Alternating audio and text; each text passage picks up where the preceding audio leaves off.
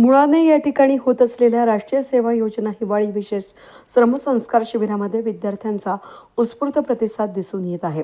त्याचबरोबर विद्यार्थ्यांना वैचारिक प्रबोधन देखील दर दिवशी विविध मार्गदर्शकांमार्फत होत असून त्यामध्ये शाश्वत सामाजिक आणि कृषी विकास, वनीकरण आणि कुरण विकास, दैनंदिन जीवनामध्ये आरोग्याची काळजी कशा प्रकारे घ्यायची अशा विविध विषयांवर विद्यार्थ्यांना मार्गदर्शन होत आहे. सर्व स्वयंसेवक अगदी उत्साहानं गावामध्ये श्रमदान करतात.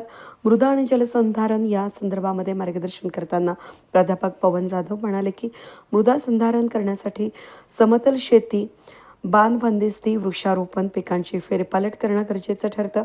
पावसाचं पाणी साठवणं आणि योग्य प्रकारे शेततळे, पाझर तलाव, चेक डॅम, पावसाचं पाणी साठवण याद्वारे जलसंधारण करता येतं. हे येणं शक्य असतं.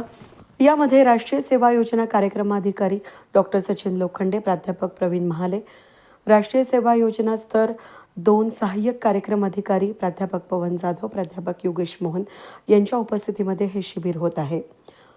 वेद न्यूजसाठी प्रतिनिधी अनिल गुंजाळ, नाशिक.